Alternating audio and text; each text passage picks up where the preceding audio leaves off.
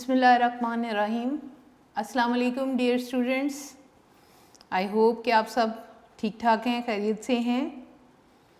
जी बच्चों, मैं आपकी टीचर मिस शहज़ादी नज़ीर यहाँ पर आपको बायो पढ़ा रही हूँ 9th क्लास की, और हम चैप्टर 4 पढ़ रहे हैं। मुझे उम्मीद है कि आप साथ साथ समझ रहे हैं, साथ याद कर रहे हैं। और इस टाइम पीरियड में बच्चों आपसे रिक्वेस्ट ये है कि आप 5 टाइम पे नमाज ज़रूर पढ़ें, ठीक है। और हाइजीनिक मेजर्स का बहुत ज़्यादा ख्याल रखें। सबसे पहली बात ये है बच्चों कि हम जब वज़ू कर लेते हैं ना, तो हम बहुत सारे जर्म्स से अपने आप को दूर कर लेते हैं, ठीक है। बायोलॉजिकली भी ये प्रूव है बात कि जब हम नाक में 3 बार पानी डालते हैं, कुल्ली करते हैं, वज़ू के जितने भी स्टेप्स हैं, ठीक है बच्चों, उनसे जर्म्स जो हैं सारे के सारे हमारी बॉडी से रिमूव हो जाते हैं। याद रखिएगा कि कोई भी जर्म, बहुत सारे ख़तरनाक जर्म्स होते हैं जो हम डेली जिनको फेस कर रहे होते हैं, ठीक है। लेकिन अल्लाह ताला ने हमारा इम्यून सिस्टम इस तरह का बनाया है, हमारे हाइजीनिक मेजर्स हमें ऐसे बताए हैं कि जिनको हम अगर यूज़ करते हैं, हम उनको फॉलो करते हैं, तो हम उन ख़तरनाक किस्म के जर्म्स से बहुत हद तक दूर रह सकते हैं, ठीक है। और हमारा इम्यून सिस्टम उसको बहुत बेहतरीन तरीके से किल भी कर सकता है जब हम हाइजीनिक मेजर्स अडॉप्ट करते हैं, ठीक है। इसीलिए हमारे दीन ने हमें ये कहा है सफाई निस्फ ईमान है, ठीक है बच्चों। तो अब आते हैं लेसन की तरफ। प्रीवियस लेसन में हमने ऑर्गेनेल्स स्टार्ट कर दिए थे, सेल ऑर्गेनेल्स, जिसमें बच्चों हमने न्यूक्लियस पढ़ लिया था। न्यूक्लियस जिसमें हमने देखा था कि न्यूक्लियस एनिमल सेल में सेंटर में पाया जाता है, जबकि प्लांट सेल्स में due to large vacuole side पे चला जाता है। फिर हमने उसकी पोजीशन के बाद उसकी स्ट्रक्चर स्टडी की थी, nucleoplasm, nuclear envelope, then inside nucleoplasm हमने स्टडी किया था न्यूक्लियोलस और क्रोमोसोम्स, ठीक है। न्यूक्लियोलस जो कि डार्क साइड्स हैं इनसाइड द न्यूक्लियस, जो कि क्या काम कर रहे थे, राइबोसोम्स को तैयार कर रहे होते हैं। तो आज हमारा ऑर्गेनेल्स का नेक्स्ट टॉपिक जो होगा that is ribosomes.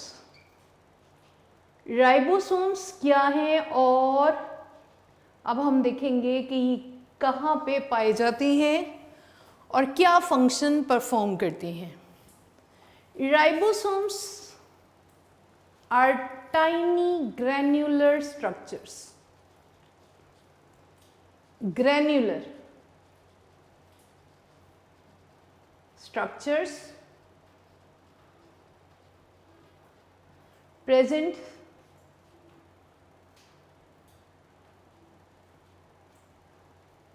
in cell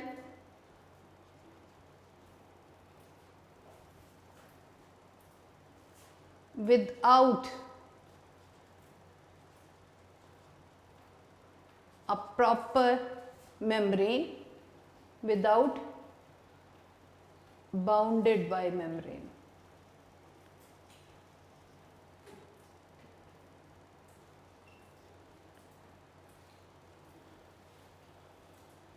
बहुत ही छोटी ग्रैन्युलर, टाइनी ग्रैन्युलर स्ट्रक्चर्स हैं, बहुत ही छोटे होते हैं ये और ग्रैन्युलर हैं, ज़रात की तरह के हैं, प्रेजेंट इन सेल। और ऐसी स्ट्रक्चर्स हैं which are without bounded by membranes, इनके बाहर मेम्ब्रेन भी नहीं होती हैं, ठीक है बच्चों। अब ये इनकी लोकेशन की बात करें कि ये कहाँ पर पाई जा रही हैं, location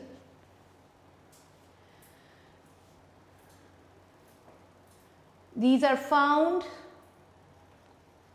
in the cytoplasm,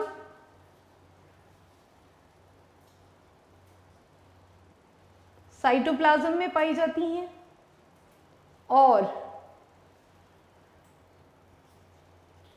are attached with another organelles which are named as endoplasmic reticulum. बच्चों ये ऐसी स्ट्रक्चर्स हैं, टाइनी ग्रैन्युलर स्ट्रक्चर्स, जो कि first of all membrane bounded भी नहीं है, और सेकेंडली ये कि लोकेशन इनकी साइटोप्लाज्म में भी पाया जा रहा है। हमने साइटोप्लाज्म पढ़ा था तो उसमें हमने कहा था बहुत सारी ऑर्गेनेल्स साइटोप्लाज्म में पाई जाती हैं। तो ribosomes are found in cytoplasm और are attached with another organelle endoplasmic reticulum. Endoplasmic reticulum के साथ भी जुड़े होते हैं। अब फंक्शन क्या परफॉर्म करेंगे, लोकेशन के हिसाब से इनके फंक्शंस होते हैं। पहले हम ये याद रखना है कि साइटोप्लाज्म में भी पाया जा रहा है और एंडोप्लाज्मिक रेटिकुलम में भी पाया जाता है सेल के अंदर, और these are present both in, presence है इनकी, presence, these are present in both type of cells,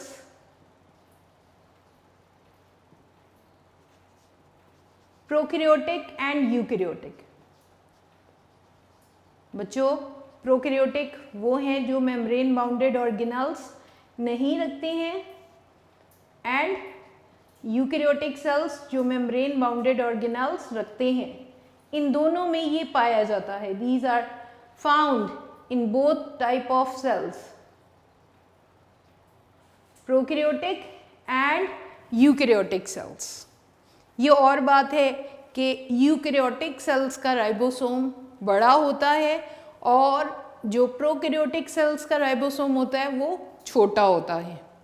ये साइज याद रखना है, कंपैरिजन याद रखना है। Although it is present in both type of cells, prokaryotic and eukaryotic cells, लेकिन फर्क क्या है, प्रोकैरियोटिक सेल्स में ये छोटा होता है और यूकैरियोटिक सेल्स में ये बड़ा होता है। हम पढ़ रहे हैं राइबोसोम्स के बारे में, और अभी तक हमने देख लिए कि ये कैसे हैं, टाइनी ग्रैन्युलर स्ट्रक्चर्स हैं।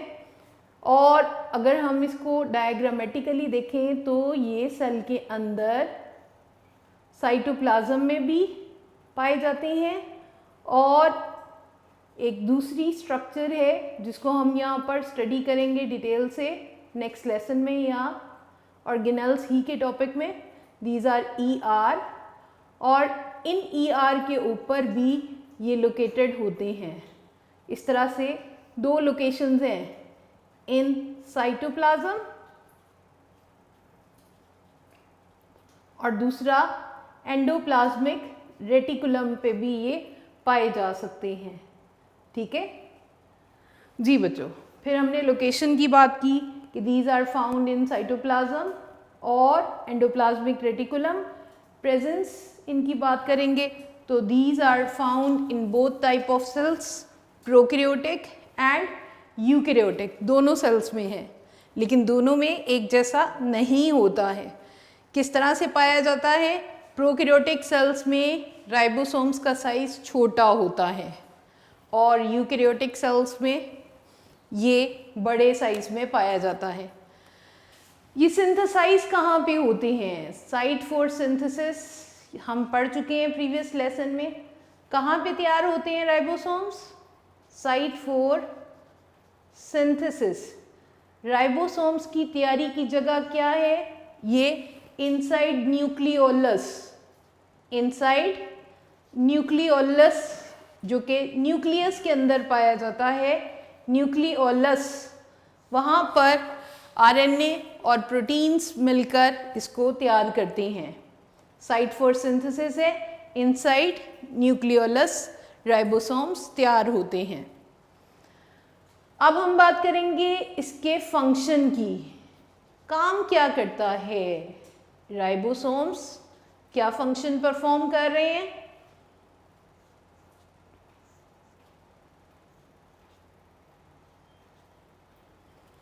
फंक्शन है जी वेरी इंपॉर्टेंट फंक्शन जो सेल के लिए ये परफॉर्म कर रही है ये organelle ribosome, that is protein synthesis for the cell.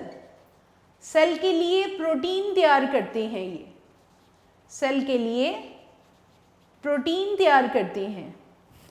बच्चों, प्रोटीन्स किसी भी सेल के लिए, ऑर्गेनिज्म के लिए बहुत ही इम्पोर्टेंस रखते हैं, because proteins are also involved in the structure as a structural component of the cell। Cell का स्ट्रक्चरल कंपोनेंट होने के साथ साथ बहुत सारे मेटाबॉलिक रिएक्शंस हैं जिनको होने में ये प्रोटीन्स हेल्प कर रहे हैं एज एंजाइम्स। एंजाइम्स खास किस्म के केमिकल्स हैं, वो भी प्रोटीन्स ही हैं, और वो बहुत सारे बायोकेमिकल रिएक्शंस सेल में कंप्लीट करवाते हैं। सो सेल्स के लिए प्रोटीन सिंथेसिस का प्रोसेस बहुत ही ज़रूरी है, बहुत इम्पॉर्टेंट है। और एक सेल कितनी ज़्यादा प्रोटीन तैयार करना चाह रहा है, जितनी ज़्यादा वो राइबोसोम्स रखता होगा उतनी ही वो प्रोटीन्स तैयार होंगी। ठीक है, एक सेल में अगर बहुत ज़्यादा मेटाबॉलिक रिएक्शंस हो रहे हैं तो it means it contain more ribosomes for the synthesis of protein. ठीक है, जितनी ज़्यादा प्रोटीन सिंथेसिस होंगी उतनी ही सेल के अंदर मेटाबॉलिक रिएक्शंस होंगे। तो एक सेल के मेटाबॉलिक रिएक्शंस को कैरी आउट करने के लिए उसके पास अ लॉट ऑफ राइबोसोम्स का होना बहुत ज़रूरी है, राइट। ये हो गया इसका फंक्शन। और ये जो राइबोसोम्स हैं ये आरएनए और प्रोटीन से मिलकर बने हुए हैं न्यूक्लियोलस के अंदर, ये तो बात मैंने आपको बता दी है। और जब ये नॉट फंक्शनिंग फॉर्म में होते हैं, जब ये फंक्शनिंग फॉर्म में नहीं होते हैं तो ribosomes, when ribosomes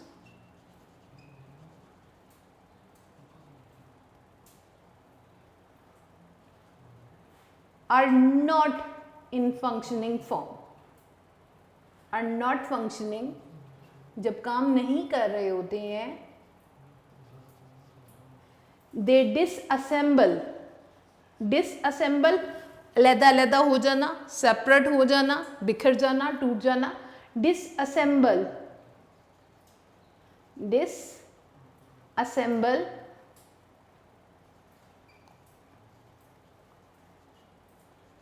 into smaller units। अब ये कैसे टूट जाते हैं या जब ये फंक्शनिंग नहीं करते हैं तो किस तरह से ब्रेक हो जाते हैं, इसको इलेक्ट्रॉन माइक्रोस्कोप से जब देखा गया तो ये इसका बड़ा यूनिट था डिसअसेंबल होने पे, and this was it's smaller unit, bigger unit. ये इलेक्ट्रॉन माइक्रोस्कोप से ली गई तस्वीर है and the smaller unit, क्योंकि वो कह रहे हैं कि जब राइबोसोम्स काम नहीं करेंगे तो they will break, they disassemble into smaller units, small units में ब्रेक हो जाएंगे। ठीक है जी बच्चों, ये हमने राइबोसोम्स के बारे में पढ़ लिए। राइबोसोम्स ऐसी ऑर्गेनेल्स हैं which are tiny granular structures bounded without not covered by membrane। ये membrane से कवर नहीं होते हैं। और लोकेशन इनकी ये है कि ये साइटोप्लाज्म में भी पाए जाते हैं और एक दूसरी ऑर्गेनेल एंडोप्लाज्मिक रेटिकुलम के साथ भी अटैच होते हैं। लोकेशन के बाद प्रेजेंस की बात करें कि कौन से सेल्स में होते हैं, these are found in both type of cells, prokaryotic and eukaryotic cells. और ये बात हम प्रीवियस लेसन में भी पढ़ चुके हैं। यहाँ पे आपके इस वक्त लेसन में ये बात बताई तो नहीं गई है, लेकिन आप यहाँ पे लिख सकते हैं कि ribosomes are synthesized inside the nucleolus, right. उसके बाद फंक्शन है, तो फंक्शन इज़ वेरी इम्पॉर्टेंट और ये MCQs में भी पूछा जा चुका है। Ribosomes are specialized for the function of dash. क्या फंक्शन परफॉर्म करते हैं? Protein synthesis. For the cell. Cell के लिए प्रोटीन्स तैयार करते हैं, ठीक है। और एक सेल जितनी ज़्यादा प्रोटीन्स उसकी डिमांड होती है, उसके लिए वो उतने ही ज़्यादा राइबोसोम्स अपने सेल के अंदर रखता है। जितने ज़्यादा राइबोसोम्स होंगे, इन रिटर्न उतनी ही ज़्यादा प्रोटीन्स तैयार होंगी, ठीक है बच्चों। और ये कि जब ये फंक्शन नहीं कर रहा होता, फंक्शनिंग फॉर्म में नहीं होता, तो ये अपने स्मॉलर यूनिट्स में डिसअसेंबल हो जाता है, सेपरेट हो जाता है। तो यहाँ पे इसके बिगर यूनिट और स्मॉलर यूनिट को दिखाया गया है। जी बेटे, नेक्स्ट टॉपिक है राइबोसोम्स के बाद नेक्स्ट ऑर्गेनेल जो हम यहाँ पे पढ़ेंगे, that is mitochondria. These are membrane bounded organelles। बच्चों कोई भी ऑर्गेनेल्स पढ़ेंगे तो हम ये देखेंगे कि क्या सबसे पहले वो स्ट्रक्चर्स जो हैं मेम्ब्रेन से कवर हैं या नहीं है, और किन सेल्स में, प्रोकैरियोटिक में है या यूकैरियोटिक में है। These are membrane bounded organelles, membrane bounded organelles found in eukaryotic cells। सिर्फ यूकैरियोटिक सेल्स में ही पाई जा रही हैं। ये बड़ी ही स्पेशल स्ट्रक्चर्स हैं जो सिर्फ और सिर्फ यूकैरियोटिक सेल्स में पाई जा रही हैं। राइबोसोम्स आपने देखे थे अभी कि वो प्रोकैरियोटिक और यूकैरियोटिक दोनों में पाए जा रहे हैं, और उनका फंक्शन था प्रोटीन सिंथेसिस का। अब हम ये देख लेते हैं कि माइटोकॉन्ड्रिया क्या फंक्शन परफॉर्म करता है और इनकी स्ट्रक्चर कैसी होती है, ठीक है। तो पहले मैं इसकी स्ट्रक्चर की बात करूंगी, फिर उसके फंक्शन को डिस्कस करते हैं हम। स्ट्रक्चर बच्चों, these are double membrane bounded structure. Double membrane होती है इसकी,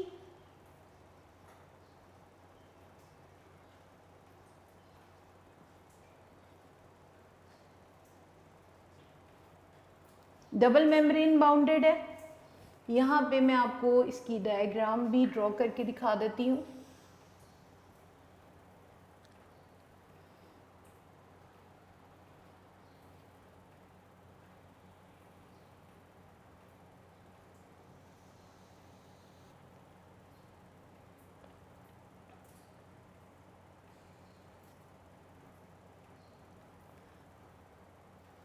ये डबल मेम्ब्रेन है और आउटर मेम्ब्रेन इसकी स्मूथ होती है, जबकि इनर मेम्ब्रेन स्मूथ नहीं है।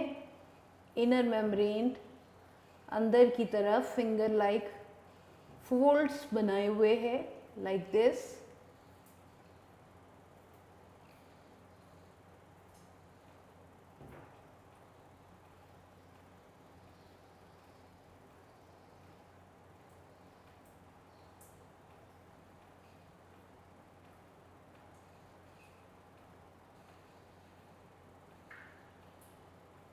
जी, डबल मेम्ब्रेन है, outer membrane and this one is inner membrane.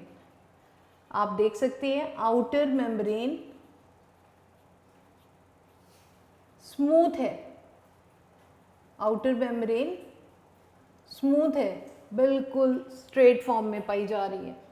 जबकि यहाँ पे भी हम लिख लेते हैं कि ये डबल मेम्ब्रेन बाउंडेड स्ट्रक्चर है और आउटर मेम्ब्रेन स्मूथ है,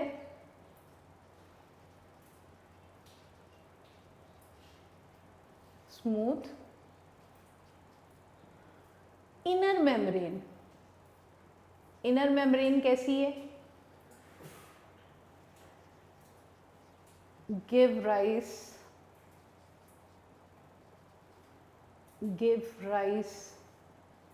मैनी इनफोल्डिंग्स, अंदर की तरफ फोल्डिंग्स, फिंगर लाइक फोल्डिंग्स है, infoldings called as cristae. Outer membrane तो स्मूथ है, उसको आउटर मेम्ब्रेन ही का नाम दे दिए, बट इनर मेम्ब्रेन जो कि बहुत ही इनफोल्डिंग्स ढेर सारी अंदर की तरफ आप यहाँ पे देख रहे हैं, ये इनर मेम्ब्रेन है जो कि इनफोल्ड हुई है, इनफोल्ड अंदर की तरफ फोल्ड हुई है और अंदर की तरफ फोल्ड होके फिंगर लाइक स्ट्रक्चर्स बनाए हुए हैं इनर मेम्ब्रेन, और इसको नाम दिया है क्रिस्टी का। क्या नाम दिया है? क्रिस्टी। ये ढेर सारे क्रिस्टी यहाँ पे पाए जा रहे हैं और यहाँ पर जो फ्लूइड पाया जाएगा, this fluid inside the inner membrane is named as matrix. Inner fluid is known as matrix. ये आपने इसकी स्ट्रक्चर में याद रखना है। Inner fluid called matrix. ये तो हो गई इसकी स्ट्रक्चर। बच्चों, स्ट्रक्चर में आपने याद रखना है, दो मेम्ब्रेन्स हैं, आउटर स्मूथ है, इनर इनफोल्डिंग्स बनाए हुए हैं। इनफोल्डिंग्स को क्रिस्टी कहते हैं और एक को क्रिस्टा बोलते हैं। ये सब प्लूरल फॉर्म में क्रिस्टी हैं। और फ्लूइड जो यहाँ पे inside this double second membrane जो फ्लूइड पाया जा रहा है, that is named as matrix. ये सेल के लिए जो फंक्शन परफॉर्म कर रहा है माइटोकॉन्ड्रिया, सेलुलर रेस्पिरेशन में हिस्सा लेता है। फंक्शन क्या कर रहा है? Cellular, involved in cellular respiration, involved in aerobic cellular respiration. बच्चों, एरोबिक रेस्पिरेशन आप लोग जानते हैं। रेस्पिरेशन एक होती है जो ऑक्सीजन की मौजूदगी में होती है, ऑक्सीजन की प्रेजेंस में होती है, और दूसरी टाइप रेस्पिरेशन की एनारोबिक रेस्पिरेशन होती है जो ऑक्सीजन के बगैर होती है। और माइटोकॉन्ड्रिया एक ऐसी ऑर्गेनेल है जहाँ पर एरोबिक रेस्पिरेशन होती है। याद रखिएगा, अगले चैप्टर्स में हम बहुत डिटेल से रेस्पिरेशन के डिफरेंट स्टेप्स को पढ़ेंगे भी इंशाल्लाह ताला। फर्स्ट स्टेप मैंने थोड़ा सा इंट्रोड्यूस करवाया था, ग्लाइकोलिसिस। रेस्पिरेशन के 3 स्टेप्स होते हैं, मेन 3 स्टेप्स होते हैं। फर्स्ट वन ग्लाइकोलिसिस, जो हमारी बुक में डिस्कस हुए हैं। 3 स्टेप्स में एरोबिक रेस्पिरेशन को डिवाइड किया है। First step is glycolysis, second one Krebs cycle, and the third one is electron transport chain. जो फर्स्ट स्टेप एरोबिक रेस्पिरेशन का होता है ग्लाइकोलिसिस, उसको हम पीछे साइटोप्लाज्म में भी डिस्कस कर चुके हैं, that occur inside the cytoplasm. ठीक है, और रिमेनिंग जो स्टेप्स होते हैं वो यहाँ पर माइटोकॉन्ड्रिया में होते हैं। माइटोकॉन्ड्रिया में क्रेब्स साइकिल होता है और इलेक्ट्रॉन ट्रांसपोर्ट चेन का प्रोसेस होता है।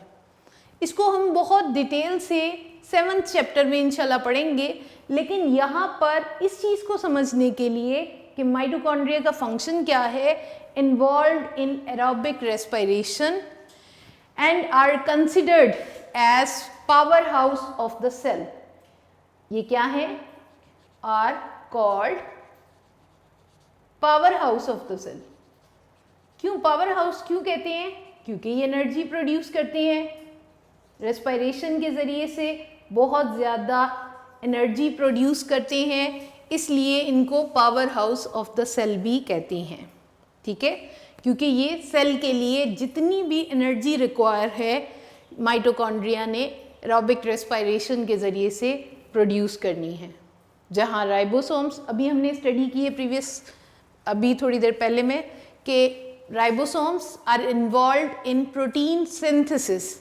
उसी तरह mitochondria involved in aerobic respiration and produce energy for the cell. Cell के लिए एनर्जी प्रोड्यूस करते हैं। बेसिकली एरोबिक रेस्पिरेशन को ब्रीफली मैं यहाँ पे बताऊँगी कि ऑक्सीजन की मौजूदगी में ग्लूकोज को, जो हमारी बॉडी के अंदर ग्लूकोज पाया जाता है ब्लड में, उसको तोड़ा जाता है। फंक्शन हम डिस्कस कर रहे हैं कि पावर हाउस है, क्योंकि ग्लूकोज की जब ऑक्सीजन की मौजूदगी में ब्रेक डाउन होती है तो बच्चों कार्बन डाइऑक्साइड प्रोड्यूस होती है और एनर्जी प्रोड्यूस होती है। हम बहुत डिटेल से अगले चैप्टर्स में पढ़ने वाले हैं, ठीक है। इसीलिए इनको, इन ऑर्गेनल्स को हम power house of the cell कह रहे हैं, क्योंकि ये एरोबिक रेस्पिरेशन में हिस्सा लेते हैं। अब देखें कि इसकी इनर मेम्ब्रेन जो है, जो बहुत सारी इनफोल्डिंग्स रखे हुए हैं, यहाँ पर इसका सरफेस एरिया बढ़ाने के लिए इनफोल्डिंग्स बनी हुई है। क्यों सरफेस एरिया ज़्यादा? सरफेस एरिया जितना ज़्यादा होगा उतने ही मेम्ब्रेन बाउंडेड रिएक्शंस ज़्यादा होंगे। इसके ऊपर रेस्पिरेशन से रिलेटेड जितने भी रिएक्शंस हैं वो इस सरफेस एरिया के ज़्यादा हो जाने की वजह से यहाँ पर बहुत सारे रिएक्शंस होंगे, क्योंकि inside cristae and inside matrix there are a lot of enzymes जो कि यहाँ पर इस प्रोसेस को करते हैं। इसकी स्ट्रक्चर ही में यहाँ पे एक छोटी सी बात और भी डिस्कस कर रहे हैं कि mitochondria have their own DNA and ribosomes. Mitochondria अपना राइबोसोम और अपने ही डीएनए को भी रखता है। Mitochondria have their own DNA and ribosomes. बच्चों ये डीएनए और राइबोसोम्स क्यों रखता है? क्योंकि यहाँ पर माइटोकॉन्ड्रिया को रेस्पिरेशन के दौरान में बहुत सारे एंजाइम्स की ज़रूरत होती है, और वो एंजाइम्स बाय नेचर प्रोटीन है। प्रोटीन्स, बहुत सारी प्रोटीन्स जो इसको चाहिए एंजाइम्स की फॉर्म में, उनको बनाने के लिए ये अपना राइबोसोम रखता है और अपना डीएनए रखता है, जो इसको वो प्रोटीन तैयार करने में मदद करते हैं ताकि वो सारे के सारे मेटाबॉलिक रिएक्शंस ये खुद से कर पाए, ठीक है। ये था माइटोकॉन्ड्रिया। बच्चों ये इसकी डायग्राम आपको ड्रॉ करने के लिए शॉर्ट में प्रीवियस एग्जाम्स में आ चुकी है। Draw the diagram of mitochondria, ठीक है। इसका फंक्शन शॉर्ट में पूछा जा सकता है, इसकी स्ट्रक्चर शॉर्ट में पूछी जा सकती है, और what are cristae, difference between cristae and matrix, ये शॉर्ट पूछा जा सकता है, ठीक है। और पूरा टॉपिक माइटोकॉन्ड्रिया का लॉन्ग भी हो सकता है, ठीक है बेटे। हमने माइटोकॉन्ड्रिया पढ़ा है कि ये मेम्ब्रेन बाउंडेड स्ट्रक्चर्स हैं जो यूकैरियोटिक सेल्स में हैं, not in the prokaryotic cells, ठीक है। और डबल मेम्ब्रेन बाउंडेड है, आउटर मेम्ब्रेन स्मूथ है, इनर मेम्ब्रेन इनफोल्डिंग्स बनाती है, that is named as cristae, और inside cristae there is a fluid which is named as matrix. और फंक्शन है इसका, ये एरोबिक रेस्पिरेशन में इन्वॉल्व है और इसीलिए ये सेल के लिए एनर्जी प्रोड्यूस करते हैं, इसलिए इनको सेल का पावर हाउस भी कहते हैं। जी बच्चों, हम राइबोसोम्स, माइटोकॉन्ड्रिया और उसके बाद अब हम पढ़ेंगे प्लास्टिड्स। ये भी मेम्ब्रेन बाउंडेड स्ट्रक्चर्स हैं, मेम्ब्रेन बाउंडेड स्ट्रक्चर्स हैं, और ये तमाम ऑर्गेनिजम्स में नहीं होते हैं, सिर्फ प्लांट सेल्स में है, present in plant cells and plant like protist. Plant like protist हमने 5 किंगडम में पढ़े थे। प्लांट लाइक प्रोटिस्ट वो प्रोटिस्टा हैं जो फोटोसिंथेसिस करते हैं, लाइक एल्गी। एल्गी में भी ये पाए जाते हैं। Plastids double membrane bounded structures हैं ये भी, लाइक माइटोकॉन्ड्रिया। हमने देखा कि माइटोकॉन्ड्रिया भी डबल मेम्ब्रेन थे, तो प्लास्टिड्स भी डबल मेम्ब्रेन बाउंडेड है। ये सिर्फ प्लांट्स और प्लांट्स लाइक सेल्स में ही पाए जाते हैं। There are 3 types of plastids. Plants के अंदर और प्रोटिस्ट के अंदर 3 टाइप्स के प्लास्टिड्स पाए जाते हैं। 3 types of plastids are there. First one है बच्चों मेम्ब्रेन बाउंडेड स्ट्रक्चर्स हैं present in plant cells and plant like protist, algae में पाए जाते हैं। अब हम इसकी टाइप्स देखते हैं कि कौन कौन सी टाइप्स हैं। 3 types of plastids are there. First one type है बच्चों chloroplast. Chloroplast. Second one type है इसकी chromoplast and the third one type is named as leucoplast. अब हम इन तीनों टाइप्स को वन बाय वन डिस्कस करते हैं। फर्स्ट ऑफ ऑल मैं यहाँ पर क्लोरोप्लास्ट को लेके चलती हूँ। क्लोरोप्लास्ट कैसे हैं और क्या फंक्शन परफॉर्म करती हैं। तो यहाँ पर हमारी बुक में क्लोरोप्लास्ट की उन्होंने डायग्राम ड्रॉ की है, उसको हम देख लेते हैं। बच्चों आपने जो डायग्राम्स भी हमारे टॉपिक के साथ गिवन होती हैं वो कंपलसरी है कि उस टॉपिक के साथ आप जब लॉन्ग में अगर वो पूछा जा रहा है या शॉर्ट में पूछा जा रहा है तो आप उसको ज़रूर ड्रॉ करें, ठीक है। आपने बिल्कुल हेसिटेट नहीं करना। और ये भी बात याद रखिएगा कि लेड पेंसिल से डायग्राम्स ड्रॉ नहीं की जाती हैं बल्कि इंक पेन और मार्कर ही यूज़ करते हैं। आपकी प्रैक्टिस इन दिनों में इतनी हो जानी चाहिए कि जब आप ड्रॉ करें तो पेन से इजीली ड्रॉ कर सकें, राइट। तो ये है क्लोरोप्लास्ट। अब हम देख लेते हैं कि ये डबल मेम्ब्रेन बाउंडेड फॉर्म में कैसे पाया जा रहा है, राइट। ये भी डबल मेम्ब्रेन बाउंडेड स्ट्रक्चर है।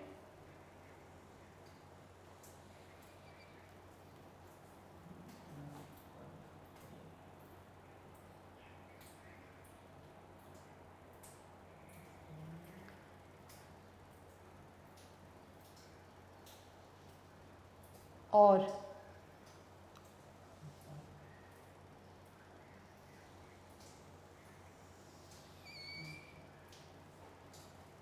आउटर मेम्ब्रेन इसकी भी माइटोकॉन्ड्रिया की तरह स्मूथ है, लेकिन इनर मेम्ब्रेन स्मूथ नहीं है, कुछ खास स्ट्रक्चर्स बनाती है। अब देखते हैं वो स्ट्रक्चर्स क्या हैं।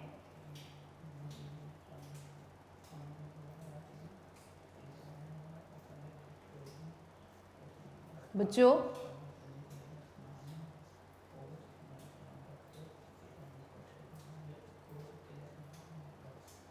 ये ख़ास किस्म की इनर मेम्ब्रेन स्ट्रक्चर बना रही है।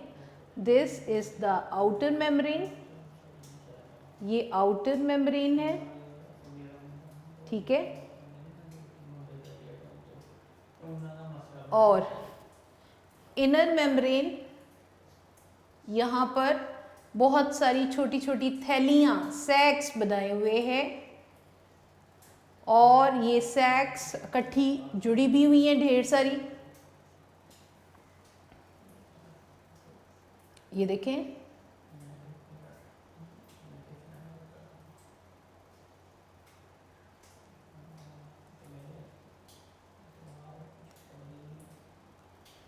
this one, this is the inner membrane।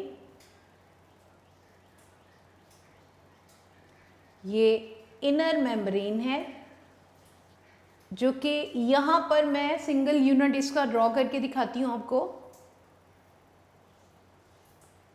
जो इनर मेम्ब्रेन है ये इस तरह की छोटी छोटी सैक्स का मजमुआ है।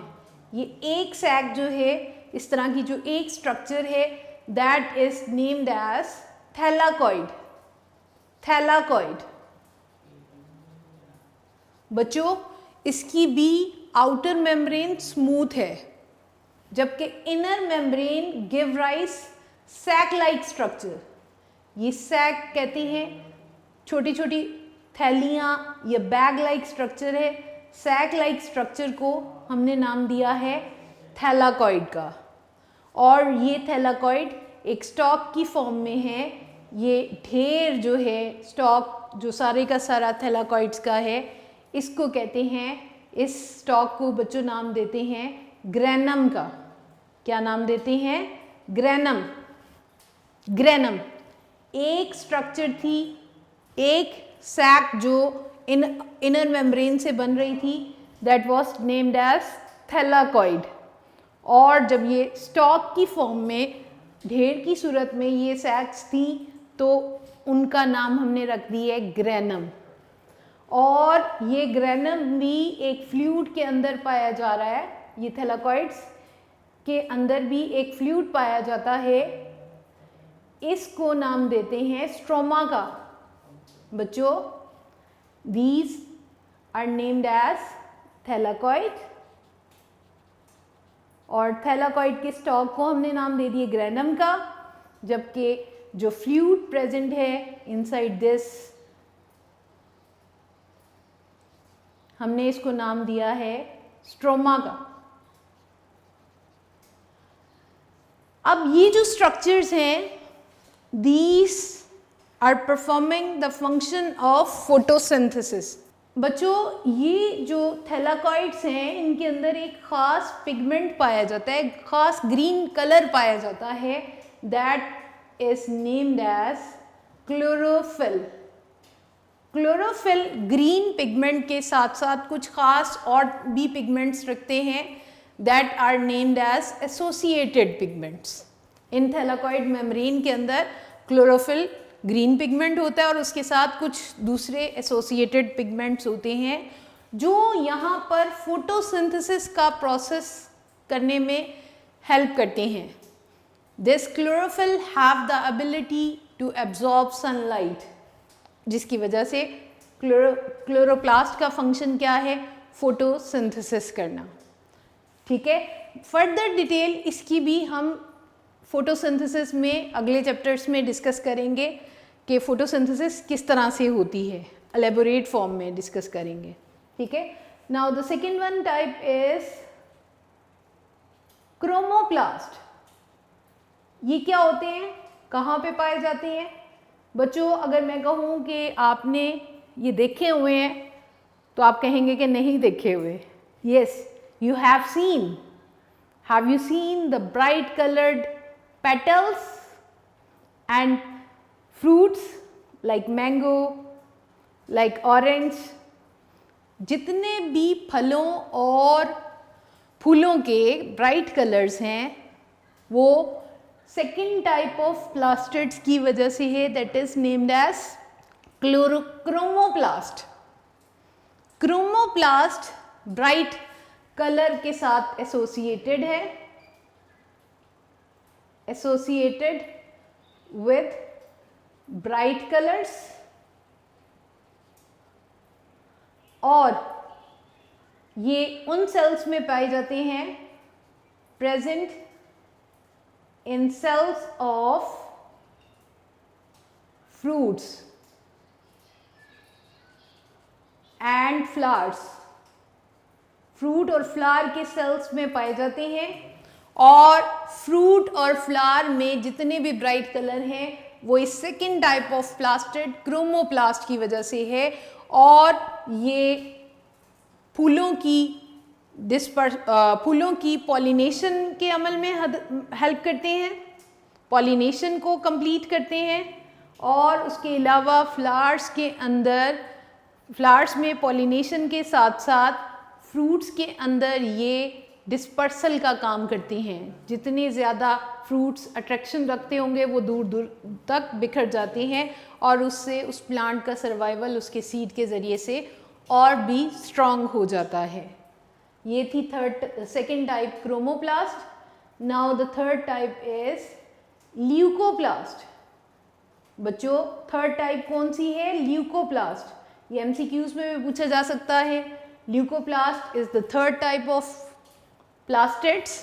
ठीक है, जहाँ क्लोरोप्लास्ट ग्रीन पिगमेंट रखता था, क्रोमोप्लास्ट ब्राइट कलर्स के साथ एसोसिएट था, वहाँ पे ल्यूकोप्लास्ट जो थर्ड टाइप है, it does not contain any pigment and it is colorless.